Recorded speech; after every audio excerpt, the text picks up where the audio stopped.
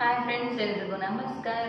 ನಾನು ಈ ವಿಡಿಯೋದಲ್ಲಿ ನಿಮಗೆ ರಾಘವೇಂದ್ರ ಸ್ವಾಮಿಗಳ ಗುರು ರಾಯರ 7 ದಿನಗಳ ಅಂದರೆ 7 ಗುರುವಾರಗಳ ವ್ರತ ಮಾಡಿದ್ರೆ ನಿಮಗೆ ಏನೇನೆಲ್ಲ ಲಾಭ ಸಿಗುತ್ತೆ. ಸೊ ನೀವು 7 ವಾರ ನಾನು ವ್ರತ ಮಾಡ್ತೀನಿ ಅಂತ ಗುರು ರಾಯರ ಬಳಿಯಲ್ಲಿ ಸಂಕಲ್ಪ ಮಾಡಿಕೊಂಡು ಆ ಒಂದು ವ್ರತನ ಮಾಡಿದ್ದೇ ಆದರೆ ನೀವೇನು ಸಂಕಲ್ಪ ಮಾಡ್ಕೊಂಡಿರ್ತೀರ, ಸಂಕಲ್ಪ ಅಂದರೆ ನಥಿಂಗ್ ಬಟ್ ನೀವೇನು ಅಂದ್ಕೊಂಡಿರ್ತೀರ, ನಿಮ್ಮ ಇಚ್ಛೆ ಏನಂತಾರೆ ಆಸೆ, ನೀವೇನು ಅಂದ್ಕೊಂಡಿದ್ದಾಗಬೇಕು ಅಂದ್ಕೊಂಡಿದ್ರು ಅದನ್ನು ಸಂಕಲ್ಪ ಅಂತ ದೇವ್ರ ಲ್ಯಾಂಗ್ವೇಜಲ್ಲಿ ಸಂಕಲ್ಪ ಅಂತ ಹೇಳ್ತೀವಿ. ಓಕೆನಾ? ಸಂಕಲ್ಪ ಅಂದರೆ ಏನೋ ಅಂತ ಗಾಬರಿ ಬೇಡ. ಸೊ ನೀವೇನು ಅಂದ್ಕೊಂಡಿರ್ತೀರೋ ಅದನ್ನು ದೇವ್ರ ಹತ್ರ ಸಂಕಲ್ಪ ಮಾಡ್ಕೊಳ್ಳೋದನ್ನು ದೇವ್ರ ಬಳಿ ಹೇಳಿಕೊಡುವಂಥದ್ದು. ಇದು ನಮ್ಮ ಗುರುರಾಯರ ಬಳಿ ಹೇಳಿಕೊಂಡು ನೀವು 7 ಗುರುವಾರಗಳು ಕಂಟಿನ್ಯೂಸ್ ಆಗಿ 7 ಗುರುವಾರಗಳು ಆ ಒಂದು ವ್ರತ ಮಾಡಿದ್ದೇ ಆದಲ್ಲಿ ಸೊ ನಿಮಗೆ ನೀವೇನು ಅಂದ್ಕೊಂಡಿದ್ರೋ ಅದು ಆಗುತ್ತೆ.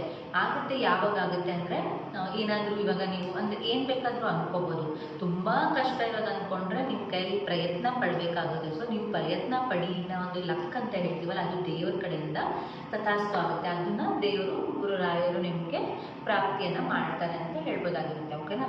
ಸೊ ನೀವೇನಾದರೂ ಇವಾಗ ಮನೆ ಕಟ್ಟಬೇಕು, ಇಲ್ಲ ನಿಮಗೆ ಎಕ್ಸಾಮ್ ಚೆನ್ನಾಗಿ ಬರೀಬೇಕು, ಇಲ್ಲ ಮಗು ನಿಮಗೆ ಈ ಥರನೇ ಗಂಡು ಮಗು ಬೇಕು, ಹೆಣ್ಮಗು ಬೇಕು, ಮದುವೆ ಆಗಬೇಕು, ಹೆಣ್ಣು ಸಿಗಲಿ ಅಂತ ಅಂದ್ಕೊಂಡಿರ್ತಾರೆ, ಗಂಡು ಸಿಗಲಿ ಅಂದ್ಕೊಂಡಿರ್ತಾರೆ, ನನಗೆ ಇದೇ ಥರ ಹುಡುಗ ಸಿಗಲಿ ಅಂದ್ಕೊಂಡಿರ್ತಾರೆ, ಮತ್ತು ನಾನು ಏನು ಕೆಲಸ ಸಿಗಲಿ ಅಂತ ಅಂದ್ಕೊಂಡಿರ್ತಾರೆ, ಒಳ್ಳೆ ಏನಾದರೂ ಅಂಗಡಿ ಕಟ್ಟಬೇಕು, ಇಲ್ಲ ಅಂಗಡಿ ಮಾಡಬೇಕು, ಬಿಸ್ನೆಸ್ ಸ್ಟಾರ್ಟ್ ಮಾಡಬೇಕು, ನಾನಾ ಥರ ಇರುತ್ತೆ. ಯಾವ್ಯಾರು ಎಷ್ಟೆಷ್ಟು ಏನು ಅಂದ್ಕೊಂಡಿರ್ತಾರೆ, ಚಿನ್ನ ತೊಗೋಬೇಕು, ಆಮೇಲೆ ಕಾರ್ ತೊಗೋಬೇಕು, ಬೈಕ್ ತೊಗೋಬೇಕು, ಈ ರೀತಿಯಾಗಿ ನಿಮ್ಮ ಸಂಕಲ್ಪಗಳನ್ನು ದೇವರ ಮುಂದೆ ಇಡಬೇಕಾಗುತ್ತೆ. ಏನೇನೆಲ್ಲ ಮಾಡಬೇಕು, ಯಾರೇನೆಲ್ಲ ಮಾಡಬೇಕು, ಯಾವ್ಯಾವ ಟೈಮಲ್ಲಿ ನಾನ್ ವೆಜ್ ತಿನ್ನಬೇಕಾ ತಿನ್ನಬಾರ್ದು, ಪ್ರತಿಯೊಂದು ಡೀಟೇಲ್ಸನ್ನು ನಾನು ಈ ವಿಡಿಯೋದಲ್ಲಿ ಕಂಪ್ಲೀಟಾಗಿ ತಿಳಿಸ್ಕೊಡ್ತೀನಿ. ಮೊದಲಿಂದ ಕೊನೆವರೆಗೂ ನೋಡಿ, ಯಾಕಂದರೆ ವಿಡಿಯೋ ಸ್ಕಿಪ್ ಆದರೆ ನಿಮ್ಗೆ ಏನು ಮಾಡಬೇಕು ಇರುತ್ತೆ, ಇದನ್ನು ಕಠಿಣವಾಗಿ ನೀವು ಮಾಡಬೇಕು.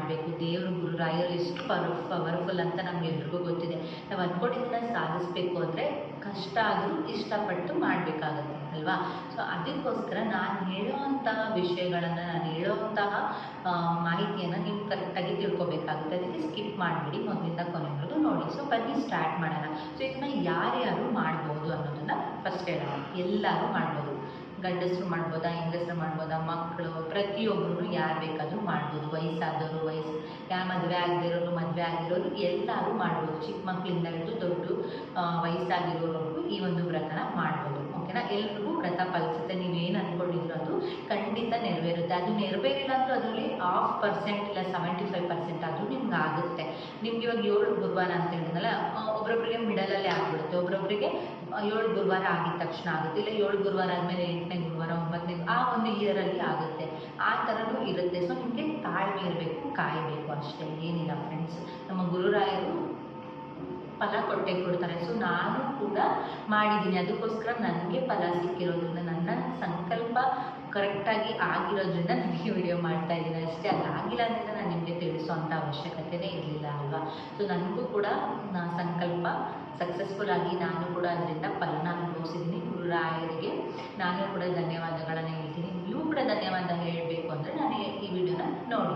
ಓಕೆನಾ? ಏನಂತ ಹೇಳಿದ್ರೆ 7 ಗುರುವಾರಗಳು ನೀವು ಲೆಕ್ಕ ಇಟ್ಕೋಬೇಕಾಗುತ್ತೆ. 7 ಗುರುವಾರಗಳು ಮಾಡಬೇಕಾಗುತ್ತೆ. ಓಕೆನಾ? 7 ಗುರುವಾರಗಳು ನೀವು ಏನು ಮಾಡಬೇಕು, ಯಾರೆಲ್ಲ ಮಾಡಬೇಕು ಅಂತ ಆಲ್ರೆಡಿ ಹೇಳಿದೆ. ಎಲ್ಲ ಏಜ್ ಅವರು ಕೂಡ ಮಾಡ್ಬೋದು. ಸೊ ಯಾವಾಗ ಮಾಡಬೇಕು, ನಿಮಗೆ ಟೈಮ್ ಸಿಕ್ಕಿದಾಗ ಆದಷ್ಟು ಬೆಳಗ್ಗೆ ಹೊತ್ತೇ ಮಾಡಬೇಕು. ಬಿಫೋರ್ 9 AM ಅಂತೀವಲ್ಲ, 9 ಗಂಟೆ ಒಳಗಡೆ. ಸಂಜೆ ನೀವು ಬೇಕಾದ್ರೆ ಮತ್ತೆ ಪೂಜೆ ಮಾಡಿರೋದು ದೀಪ ಅಂಟಿಸಿ, ಕೈಕಾಲು ಮುಖ ತೊಳ್ಕೊಂಡು ದೀಪ ಆ ಥರ ಮಾಡಿ ಸಂಜೆ ಮಾಡೋಕ್ಕೆ ಹೋಗ್ಬಿಡಿ. ಬೆಳಗ್ಗೆ ಹೊತ್ತೇ ನೀವು ಮಾಡಬೇಕು. ಅದರಲ್ಲೂ ಬ್ರಾಹ್ಮಿ ಮುಹೂರ್ತ ಅಂತ ಹೇಳ್ತಾರಲ್ಲ, 5:30, 5 ಗಂಟೆ ಆ ಥರ ಟೈಮಲ್ಲಿ ಮಾಡಿದ್ರೆ ಇನ್ನೂ ಪವರ್ಫುಲ್ ಗೈಸ್. ಬಟ್ ಅಷ್ಟು ಬೇಗ ಮಾಡೋದಕ್ಕೆ ಆಗೋದಿಲ್ಲ, ನನಗೆ ಗೊತ್ತು. ಅದಕ್ಕಿಂತ 9 ಗಂಟೆ ಒಳಗಡೆ ನಾನು ಮಾಡ್ತಿದ್ದು 7:30 ಒಳಗಡೆ ನಾನು ಆಫೀಸಿಗೆ ಬರ್ತಿದ್ದೆ.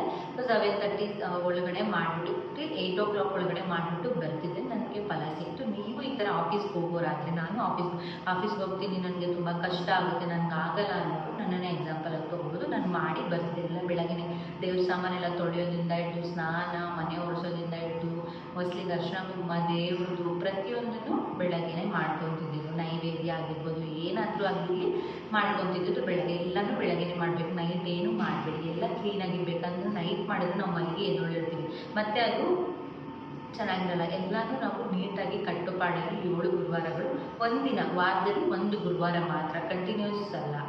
ಅಂದರೆ ಬುಧವಾರ ಆದಮೇಲೆ ಗುರುವಾರ ಬರುತ್ತಲ್ಲ, ಇವಾಗ ಈ ವಾರದಲ್ಲಿ ಗುರುವಾರ ನೀವು ಮಾಡಬೇಕಾಗುತ್ತೆ ಒಂದೊಂದು ದಿನ. ಓಕೆನಾ. ಮಾರ್ನಿಂಗ್ ನೀವು ಎಷ್ಟೊತ್ತಿಗೆ ಎದ್ದೊಳ್ತೀರೋ ಏನು ಮಾಡ್ತೀರೋ ಏನೋ ಗೊತ್ತಿಲ್ಲ. ಓಕೆನಾ. ಫಸ್ಟ್ ನೀವೇನು ಮಾಡಬೇಕು, ನಿಮ್ಮ ಪೂಜಾದು ಅಂದರೆ ದೇವ್ರ ಮನೆ ಇರುತ್ತಲ್ಲ, ದೇವ್ರ ಮನೆ ಆಗಿರ್ಬೋದು, ಮನೆ ಪ್ರತಿಯೊಂದನ್ನು ಸ್ವಚ್ಛಗೊಳಿಸ್ಕೋಬೇಕಾಗುತ್ತೆ. ಸ್ವಚ್ಛಗೊಳಿಸ್ಕೊಂಡು ದೇವರ ಸಾಮಾನೆಲ್ಲ ಪ್ರತಿ ವಾರನೂ ತೊಳಿಬೇಕಾಗುತ್ತೆ, ನೀಟಾಗಿ ಮಾಡ್ಕೋಬೇಕಾಗುತ್ತೆ. ರಾಯರ ಫೋಟೋ ಇಡಬೇಕಾಗುತ್ತೆ. ಯಾವ ಥರ ಫೋಟೋ ಅಂತ ನಾನು ಈ ಒಂದು ವಿಡಿಯೋದಲ್ಲಿ ಕ್ಲಿಪ್ ಹಾಕ್ತೀನಿ. ಯಾವ ಥರ ಫೋಟೋ ಅಂತಂದರೆ ಕಲ್ಪವೃಕ್ಷ, ಕಾಮಧೇನು, ಅದ್ರ ಮುಂದೆಗಡೆ ರಾಯರು ಇರ್ತಾರಲ್ಲ ಆ ಥರ.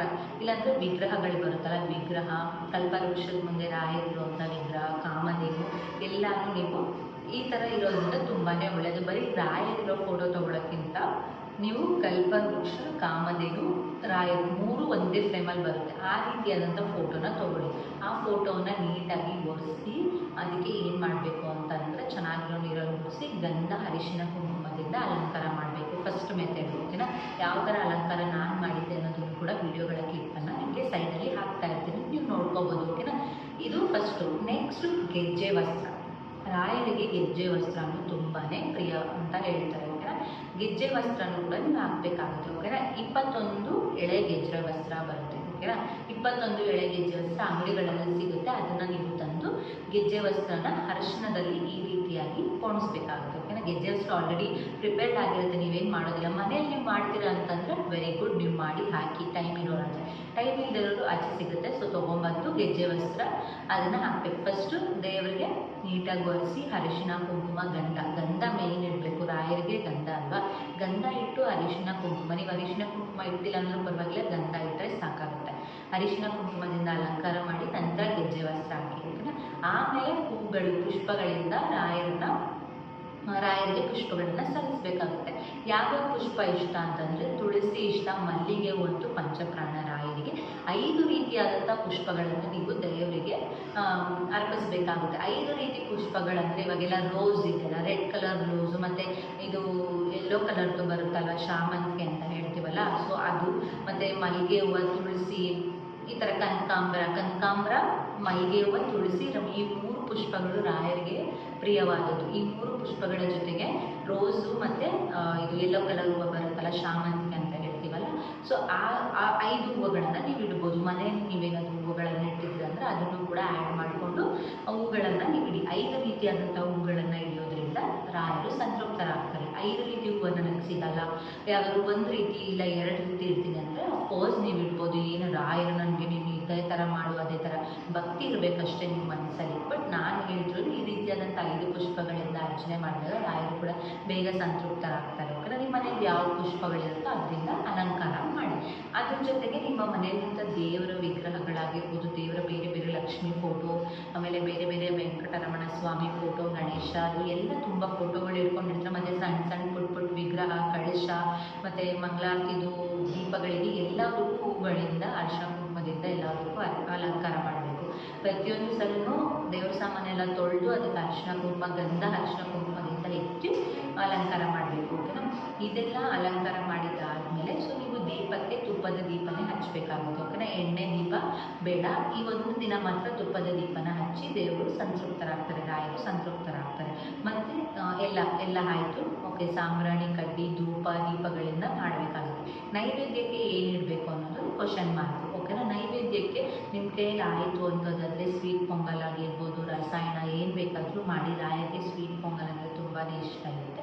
ಇಲ್ಲ ನನಗೇನು ಮಾಡೋಕ್ಕಾಗಲ್ಲ ಅಂದರೆ ಒಂದು ಗ್ಲಾಸ್ ಹಾಲಿಟ್ಟರೂ ಕೂಡ ರಾಯರು ಸಂತೃಪ್ತರಾಗ್ತಾರೆ. ಏನೂ ಪ್ರಾಬ್ಲಮ್ ಇಲ್ಲ. ನಿಮ್ಮ ಮನೇಲಿರುವಂಥ ಫ್ರೆಶ್ ಆಗಿರುತ್ತಲ್ಲ, ಇನ್ನೂ ಪ್ಯಾಕೆಟ್ ಓಪನ್ ಮಾಡಿರಲ್ಲ ಅಂಥ ಹಾಲನ್ನು 1 ಗ್ಲಾಸ್ ಅಥವಾ ಏನಾದರೂ ಅದಕ್ಕೆ ಹಾಲಿಟ್ಟರೂ ಕೂಡ ರಾಯರು ಸಂತೃಪ್ತರಾಗ್ತಾರೆ. ಸೊ ನೀವು ಇದು ಕೂಡ ಮಾಡ್ಬೋದು. ಓಕೆನಾ.